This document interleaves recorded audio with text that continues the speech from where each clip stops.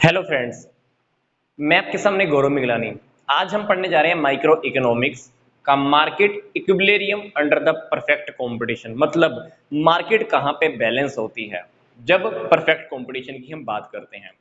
Simple सी जा बात, जब किसी प्रोडक्ट की डिमांड उसकी सप्लाई के इक्वल हो जाती है, जब एक पार्टिकुलर प्राइस होता है, मतलब एक प्राइस है, वहां पर डिमांड और सप्लाई एक पार्टिकुलर कमोडिटी की इक्वल हो गई। ना तो डिमांड ज़्यादा है ना सप्लाई ज़्यादा है, प्राइस भी एक पार्टिकुलर है अभी, तो उसको हम बोलते हैं मार्केट इक्विलिब्रियम। इस चैप्टर को स्टडी करने से पहले आप लॉ ऑफ डिमांड या थ्योरी ऑफ डिमांड का चैप्टर कह लीजिए और थ्योरी ऑफ सप्लाई का चैप्टर, वो आपको अच्छे से अगर आपने स्टडी किया हुआ है तो ये चैप्टर आपको चुटकियों में समझ में आने वाला है। हमने डिमांड वाले चैप्टर में क्या देखा था? सिंपल सी बात, डिमांड वाले चैप्टर में हमने देखा था कि जब प्राइस ज़्यादा होता है तो क्वांटिटी मान लो 10 डिमांडेड हो रही है, प्राइस कम हुआ डिमांड ज़्यादा हो गई, प्राइस और कम हुआ डिमांड ज़्यादा, प्राइस कम हुआ डिमांड ज़्यादा, प्राइस 10 रुपये रह गया तो डिमांड उस कमोडिटी की कितनी हो रही है? 50 रुपये हो रही है। मतलब जैसे जैसे प्राइस बढ़ रहा है डिमांड भी कम होते जा रही है, क्योंकि रियलिटी में होता यही है, जब कोई भी चीज़ महंगी होती है तो हम क्या करते हैं? डिमांड उसकी कम करते हैं। ठीक है। सप्लाई वाले चैप्टर में हमने क्या पढ़ा था? एक सप्लायर कितना क्वांटिटी सप्लाई करना चाहता है वो डिपेंड करता है उसके प्राइस के ऊपर। अगर प्राइस ज्यादा है तो सप्लाई ज्यादा करेगा, प्राइस कम है तो सप्लाई कम, प्राइस और कम सप्लाई कम, प्राइस और कम सप्लाई कम, प्राइस और कम सप्लाई कम। मतलब जैसे जैसे प्राइस बढ़ता जाता है तो सप्लाई भी ज्यादा करता जाता है। डिमांड वाले चैप्टर में हमने क्या पढ़ा था? प्राइस और क्वांटिटी में इनवर्स रिलेशनशिप है। मतलब प्राइस अगर बढ़ता है तो डिमांड क्या होती है? कम होती है। जबकि सप्लाई वाले हमने चैप्टर में क्या पढ़ा था? There is a positive relationship between the price and quantity. अगर प्राइस बढ़ता है तो क्वांटिटी बढ़ती है, अगर प्राइस कम होता है तो क्वांटिटी भी कम होती है, मतलब डिमांड कम होती है। तो दोनों चैप्टर के अंदर डिमांड का कर्व कैसा था? डिमांड कर्व के अंदर हमने देखा था कि जो हमारा डिमांड कर्व बनता है वो ऐसा बनता है, डिमांड कर्व ऐसा बनता है। और जबकि हमने सप्लाई वाले चैप्टर में देखा था कि हमारा सप्लाई कर्व कैसा बनता है? ऐसे बनता है। अब हम, क्योंकि इस चैप्टर की बात कर रहे हैं मार्केट इक्विलिब्रियम की, तो हम इस एक सिचुएशन को हैंडल करना सीख लेते हैं। डिमांड वाला शेड्यूल, मार्केट वाला शेड्यूल, इसको भी मान लो हम थोड़ा सा मिक्स कर देते हैं, और यही एग्जांपल हो सकता है कि आपकी बुक में भी दिया हुआ हो। तो पहले हम यहाँ पर इस केस को स्टडी कर लेते हैं।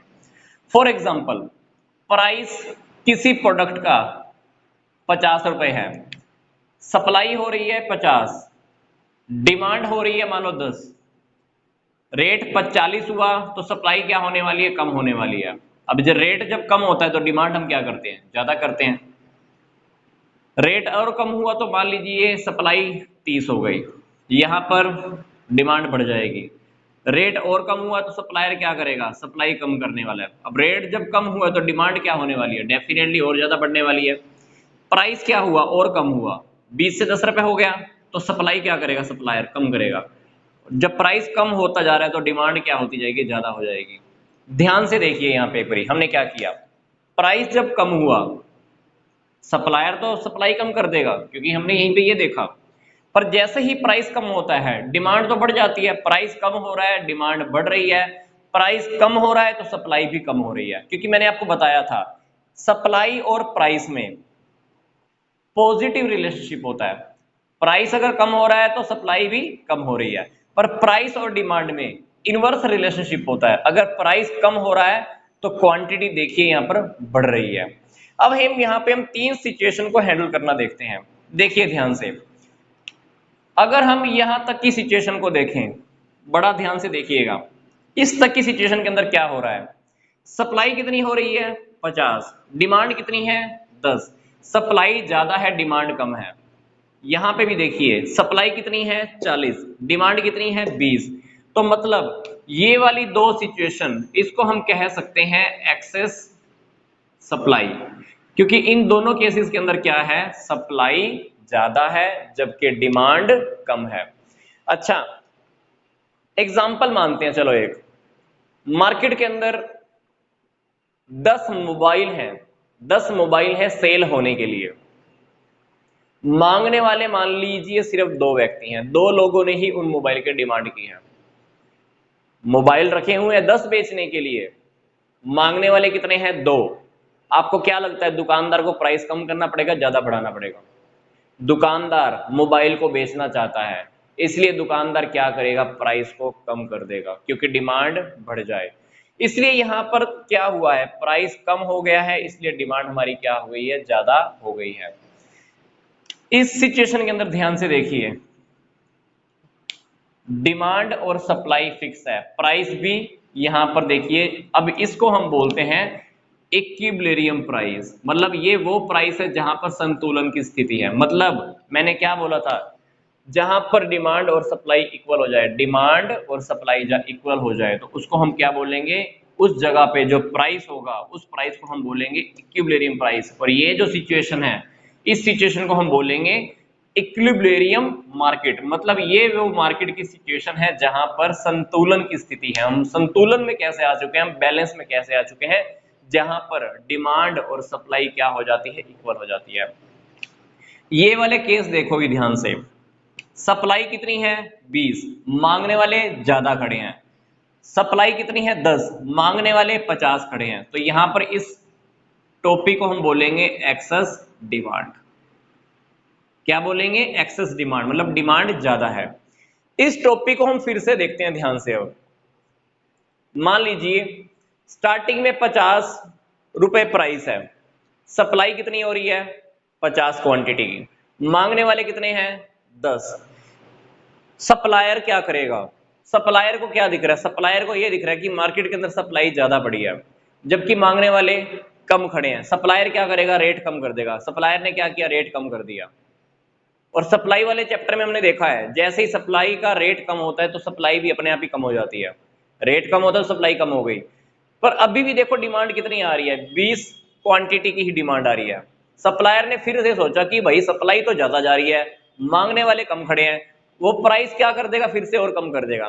तो अभी एक वो सिचुएशन पैदा हो जाती है जहां पर इक्विलिब्रियम की सिचुएशन है। ठीक है, इस टेबल को हम नीचे से देखते हैं। मान लो हमने रेट फिक्स किया था 10 रुपए, सप्लाई कितनी हो रही थी? 10, मांगने वाले कितने खड़े हैं? 50। मतलब मान लीजिए मोबाइल की सप्लाई तो है 10, मांगने वाले खड़े हैं मोबाइल को 50 लोग, तो क्या करोगे आप? रेट ज्यादा कर दोगे। मान लीजिए आपके पास 10 मोबाइल पड़े हैं, मांगने वाले आपकी दुकान के बाहर 50 लोग खड़े हैं, तो आप क्या करोगे? रेट बढ़ा दोगे। तो क्या किया सप्लायर ने? रेट इंक्रीज कर दिया। रेट इंक्रीज किया तो क्या किया? सप्लाई भी इंक्रीज कर दी। पर अभी डिमांड क्या हुई? सिर्फ 40 हुई। अभी भी क्या सिचुएशन है? सप्लाई सिर्फ 20 है, मांगने वाले कितने खड़े हैं? 40 खड़े हैं। तो डेफिनेटली प्राइस हमारा और इंक्रीज हो जाएगा।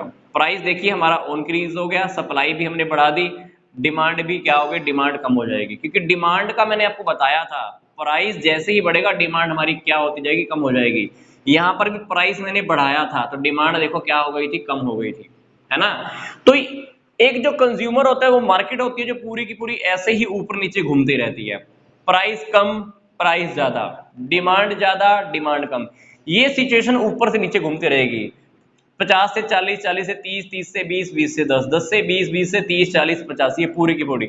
पर एक ऐसी सिचुएशन जहां पर डिमांड और सप्लाई स्टक करते हैं, मतलब जहां पर दोनों के दोनों बैलेंस हो जाते हैं, उस सिचुएशन पर जो प्राइस फिक्स होता है उसको हम बोलते हैं इक्विलिब्रियम प्राइस।